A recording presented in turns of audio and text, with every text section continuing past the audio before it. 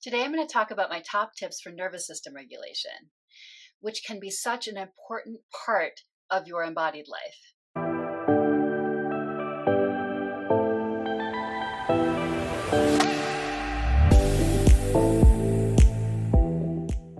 Hey everyone, welcome to Holiness Connection. I'm Sonia, and today I want to talk about something that you may associate with psychology these days. You know, the brain and how we can regulate our nervous systems is talked about a lot these days. But I'm going to talk about it because I also believe it's a very important part, of being embodied as we are, and to really have that combination of our wholeness, our holiness, that includes the body and that includes the mind. Okay, so this could be pretty quick. It's just my top tips for nervous system regulation, hopefully to encourage you to start doing some of these practices if you're not already, or perhaps just to encourage you along your way with, how to approach them and to keep going. And it's really something that I've honestly only started doing pretty recently, like really fully doing it. Embodiment perhaps has been more difficult for me, staying present in the moment and embodiment on my journey. But in today's video, I'm going to share these top tips, and then I'll have a separate video that's just sort of more personally talks about my favorite nervous system regulation techniques of all the ones out there and how I use them. Okay, so my number one tip for nervous system regulation is just do it. So why, right? Why should we just do it? It's because we need it to sort of counteract things that we just naturally have as part of our psychology and part of our embodiment. And so it's just common for things to dysregulate us. One thing that dysregulates us is associations. And even when we've, done healing work or psychological work on something that was, let's say, traumatic, we can still have all kinds of associations, and they can crop up sometimes. And sometimes we have no idea why, and that's okay. You can do nervous system regulation without knowing why you're dysregulated too. And so the fact that we have these associations with things that then dysregulate us is one reason why, we can't just assume we'll be regulated, but we need to do nervous system regulation and assume that we, on the other hand, will get dysregulated. It's also true that we get dysregulated with the new. The new is not comfortable to us yet. So therefore, on this sort of grander scale of how we talk about things, it doesn't feel safe. And so often we want the new. Well, first of all, we often just will get the new at some point, right? Because everything does change at some point. But often when we want to change things in our lives, or if we're just exploring and wanting to be really open, that does involve the new. And so it's important to have nervous system regulation as a tool because of that, because the new can dysregulate us. And then finally, it's important to just do it because it's not good to suppress, right? Even if we don't know consciously, let's say we're not doing like talk therapy around some specific thing, but it's just that, we have a feeling that comes into our body. We don't want to ever suppress that. It's about the process of moving through it, right? Processing it through our body, processing that energy, that emotion. And, if you don't, that's not healthy. It, potentially could come out in other ways or in other behaviors that we don't want.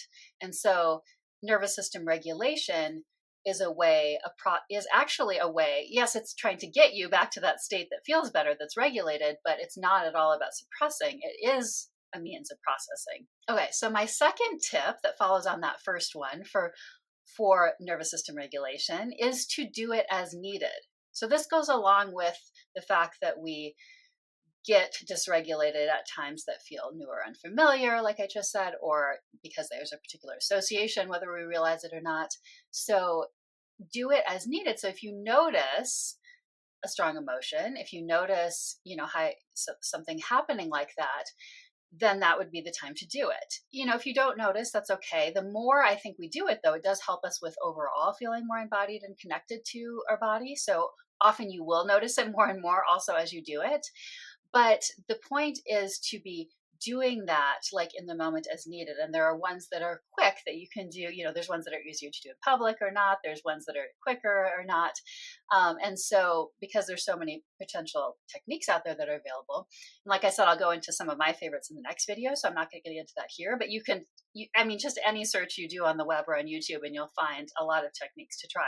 And I guess just one more thing I'll add to the doing as needed so that you can get back to that state of regulation if you notice you're dysregulated, is that it could also, rather than looking like an emotion or just a feeling of anxiety or something like that, it could also be that you notice that you feel kind of dissociated from your body, because sometimes that's how it appears. We're actually dysregulated, but we're more already kind of in that suppressing mode or not wanting to feel it. And so, especially, for some people in particular, dissociation can be more the way it goes. And so that if you notice that you feel really sort of slightly out of body or like you're not feeling anything, that can actually be a sign of dysregulation as well. And my third tip, another do it. It's another variation really on just do it, which most of these will be, but a different flavor of it. So another top tip for nervous system regulation is to do it when something good is happening or has just happened. So far we might have been thinking of things being a negative association. But like I said, sometimes it's just about the new, and the new isn't necessarily bad, but because it's unfamiliar, it can dysregulate us. And sometimes just when there's a whole lot of energy in the body, it can be nice to, it's not that we want to suppress feeling good and feeling fully good, but nervous system regulation wouldn't do that. So you would still feel really good afterwards, but it would just help with processing that energy that's more around change or the new. Or perhaps there's mixed feelings in there sometimes, right? Like there can sometimes be a little fear, for example, even when something's really exciting. And so it just helps with that piece of it.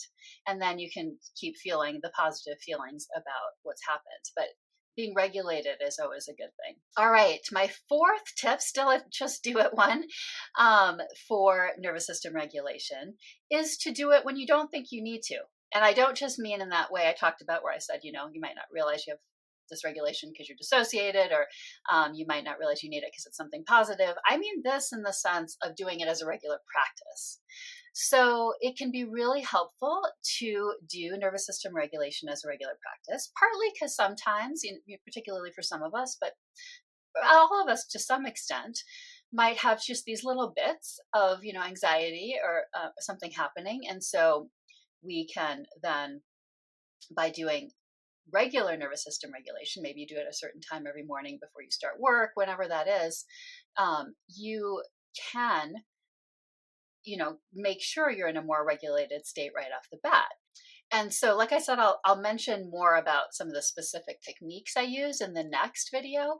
But for the purposes of this video, I'll just say that recently I decided to I was kind of doing it first thing in the morning and then as needed. And I've recently decided to start trying to do it 4 times a day, first thing in the morning. And then the other ones are a little more flexible, but, maybe a couple hours later. And, so by the end of, let's say, the work day, like a 5 p.m. kind of time, I would have done it 4 times already. And I've really noticed that really helps me a lot. Partly because it helps you tune into your body, right? Because you might not even realize you have a very low level of anxiety. And partly just because it's getting me used to the techniques, and it's getting me used to like even the state of regulation feeling familiar itself. So I really recommend doing it as a regular practice in addition to as needed. Okay, so tip number 5, finally not a just do it one, is to find a practice out there that works for you. So I mentioned already, you want to just do a search, and start trying things. So search out nervous system regulation technique on YouTube, on the web, and try to just sort of see which ones appeal to you and give them a try. But that leads into my tip number 6, is to work with them for a little while before giving up on them, because they themselves will be unfamiliar as a technique, right? So things might just feel a little uncomfortable. You're not sort of used to how to do it yet. So give it at least several tries, I would say, before moving on to try a different one. Though keep that hope that, of course, there's so many out there that you will find something that works for you.